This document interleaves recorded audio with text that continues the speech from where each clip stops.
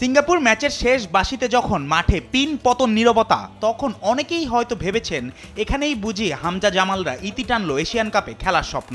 কিন্তু হিসাব বলছে এখনও বেঁচে আছে আশা। তবে সেখানে পৌঁছাতে লাল সবুজদের পাড়ি দিতে হবে জটিল সমীকরণ। প্রথমেই দেখা যাক বাংলাদেশ দলের এখন অবস্থা কোথায়। সি গ্রুপে এখন পর্যন্ত 2 ম্যাচে বাংলাদেশের সংগ্রহ মাত্র 1 পয়েন্ট। ড্র করেছে ভারত ম্যাচে, হেরেছে সিঙ্গাপুরের কাছে। ফলে গোল ব্যবধানে ভারত এখন পিছিয়ে, আর শীর্ষে সিঙ্গাপুর ও হংকং।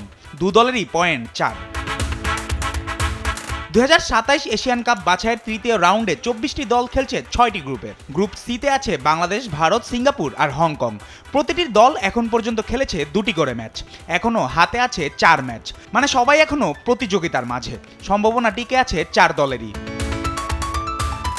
এই 4 ম্যাচেই জিততে পারলে বাংলাদেশের পয়েন্ট দাঁড়াবে 13। তবে কোনো দল 13 পয়েন্ট তুলতে পারলে তখন হিসাব হবে গোল ব্যবধানে।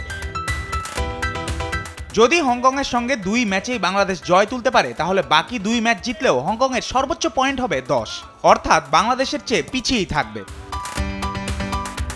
সিঙ্গাপুরের ক্ষেত্রেও একই কৌশল। বাংলাদেশের সঙ্গে দেশটি হারলে বাকি ম্যাচে জিতলে পয়েন্ট হবে 13। এমন সমীকরণে সিঙ্গাপুরের সঙ্গে জিততে হবে বড় ব্যবধানে। বাকি আছে ভারত। বাংলাদেশ যদি বাকি 3 ম্যাচে জয় সহ নভেম্বরে ঘরের মাঠে ভারতকে হারিয়ে দিতে পারে, তাহলে ভারতের পক্ষে সর্বোচ্চ 10 পয়েন্ট পাওয়া সম্ভব।